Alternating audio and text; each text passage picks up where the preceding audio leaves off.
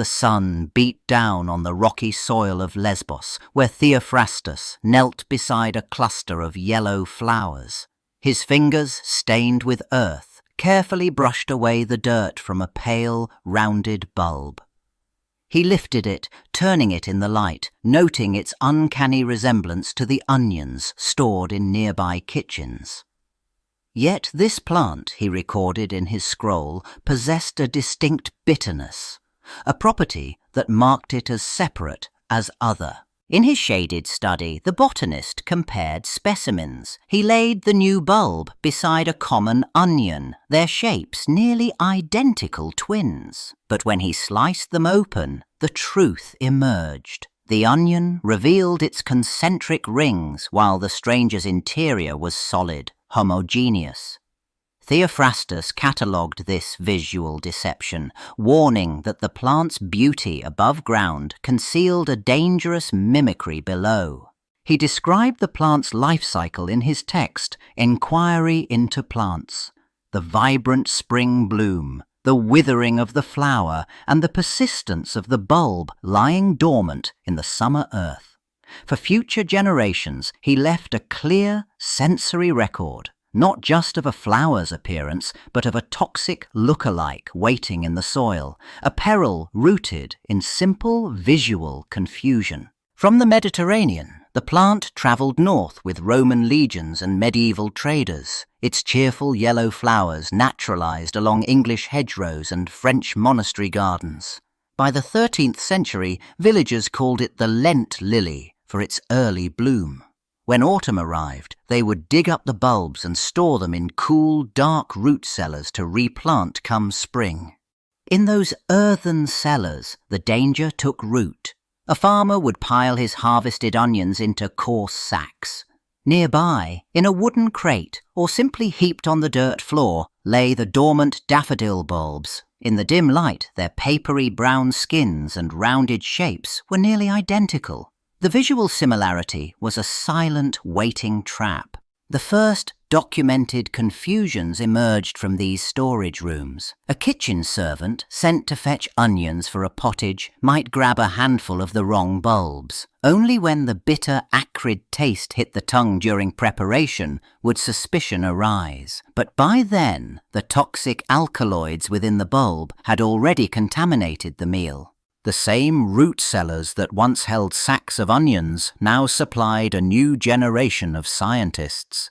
In Leiden, a botanist carefully sliced open a daffodil bulb, its pale flesh releasing a faint, acrid scent.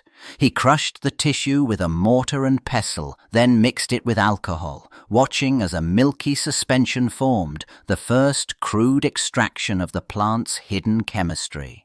Across the channel in Paris, another researcher evaporated the tincture over a gentle flame. A residue remained, which he recrystallized from a solution. Tiny, needle-like structures emerged, a pure, bitter-tasting compound. When he administered a minute amount to a laboratory dog, the animal almost immediately began to retch and vomit, confirming the bulb's powerful emetic properties. These crystalline alkaloids, they discovered, were the agents of the misery described in old poisoning reports. The science was catching up to the centuries of anecdotal evidence. The bulb's toxicity was no longer just a gardener's warning. It was a tangible, isolable substance with predictable and violent effects on the living body. As the 19th century unfolded, the science of Leiden and Paris filtered into the hands of a new class of amateur gardeners. Across Britain's expanding suburbs, families cultivated orderly flower beds, and each spring they faced the same task, thinning the crowded daffodil clusters. Their gloved hands would pull up the surplus bulbs, still damp with soil, and without a second thought, toss them onto the compost heap at the garden's edge. There, in that tangled mound of decaying vegetable matter, the danger took root. The pale, teardrop-shaped bulbs settled among potato peelings and carrot tops. Over weeks, they lost their papery brown skin, their surfaces becoming smooth and ivory white. To any hurried glance, they were indistinguishable from the cooking onions that might be stored in a nearby sack or grown in the adjacent vegetable patch.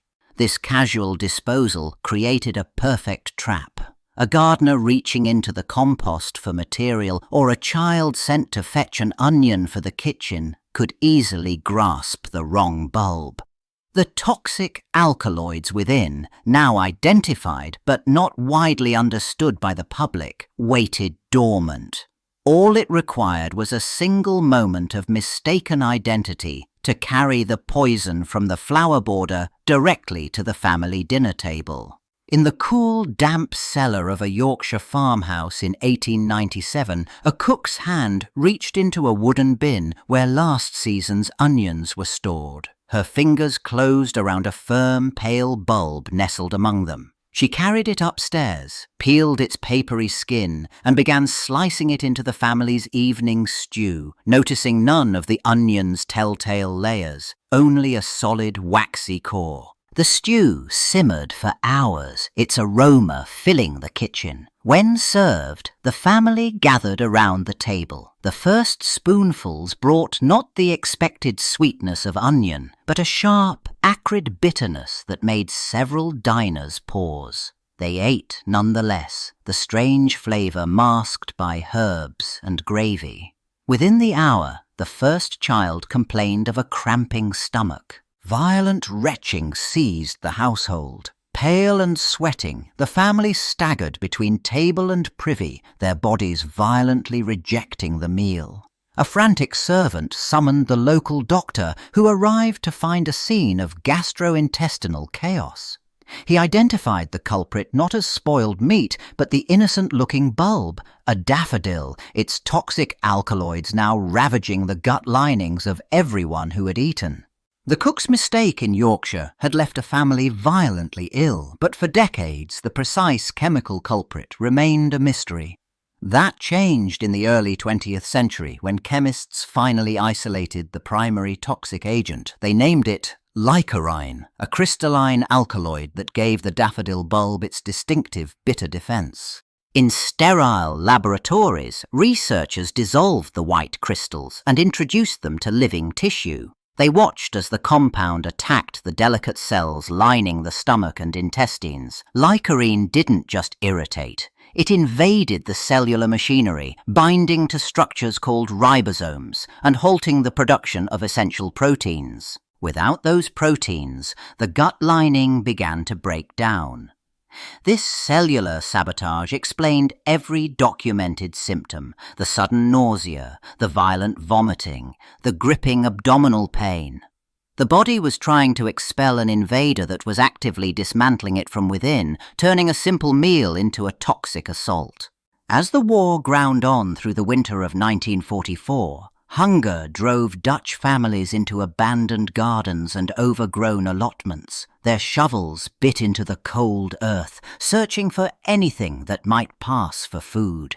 Fingers, numb and desperate, closed around pale bulbs that felt exactly like onions in the dark soil. They were carried home in baskets, a small victory against the gnawing emptiness in their stomachs. In cramped, dimly lit kitchens, the bulbs were peeled and chopped. A sharp, acrid scent, nothing like the familiar tear-inducing punch of an onion, filled the air, but it was ignored. The pieces were dropped into thin soups or fried in precious scraps of fat. Within the hour, the first cramp would seize a diner's abdomen, a deep, twisting pain that bent them double over the table. Local physicians, already overwhelmed by war casualties, began seeing a new wave of patients. They arrived clutching their middles, faces pale and slick with sweat, reporting violent vomiting and debilitating cramps. The doctors recorded the symptoms meticulously, tracing each case back to a foraged meal. These clinical notes became a grim ledger, documenting how wartime scarcity had turned a common garden flower into a source of collective poisoning. The wartime foraging of the 1940s gave way to a new era of documentation. As modern poison control centers emerged across the United States in the 1970s, they began systematically recording every frantic call. Their growing archives revealed a persistent, seasonal pattern. Each spring, as gardeners cleared winter beds, the same confusion would echo through the phone lines. In a suburban kitchen, a home cook might reach into a paper bag of garden produce. Her fingers would close around a pale, teardrop-shaped bulb, its papery skin crinkling like an onion's. Without a second thought, she'd slice it on a cutting board. The knife released no familiar pungent aroma, only a faint, earthy scent that went unnoticed in the rush of dinner preparation. The diced bulb would sizzle in a pan of oil. Within an hour of the meal, the first cramp would seize a diner's abdomen. The poison control specialist, reviewing the log, would note the classic symptoms: violent vomiting, excessive salivation, and waves of nausea. These were the unmistakable effects of lycorine, the alkaloid that had silently migrated from the flower bed to the family table. The phone lines at the National Poisons Information Service in Birmingham hummed with routine calls until a specific report landed in 2009. A family in the Midlands had prepared a fresh salad for dinner. Among the crisp lettuce and sliced tomatoes, thin white crescents lay scattered. What the cook believed were spring onions harvested from the garden's edge that afternoon. Within 2 hours, the first diner pushed back from the table, a hand pressed to their stomach. A metallic taste flooded their mouth, followed by uncontrollable salivation. Then came the deep, cramping abdominal pain, sharp enough to double them over. The report noted each symptom with clinical precision: nausea, hypersalivation, and severe gut pain, all unfolding in the quiet of a suburban dining room. Toxicologists reviewing the case recognized the signature of lycorine. The alkaloid had invaded the cells lining the intestines, violently disrupting their function and triggering the body's desperate purge. While the family recovered, the bulletin circulated a stark warning.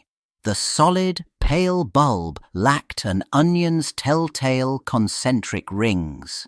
A visual trick, centuries old, had once again bypassed modern vigilance. The detailed case report from 2009 did more than just document another incident. It galvanized public health officials and gardening organizations into action. They realized that despite centuries of warnings buried in botanical texts, the same simple mistake kept repeating itself in modern kitchens. The visual similarity between the pale, teardrop-shaped daffodil bulb and a common cooking onion was simply too convincing at a glance. So, they designed a new kind of warning. Horticultural societies and poison control centers began producing stark, full-color posters and online guides. These visuals didn't rely on text-heavy descriptions. Instead, they placed a daffodil bulb and an onion side by side. The critical difference was shown in a clean cross-section: the onion's distinct papery concentric rings versus the daffodil's solid, homogeneous interior, which offered no layers to peel. This educational push continues every spring, coinciding with daffodil planting and harvesting seasons.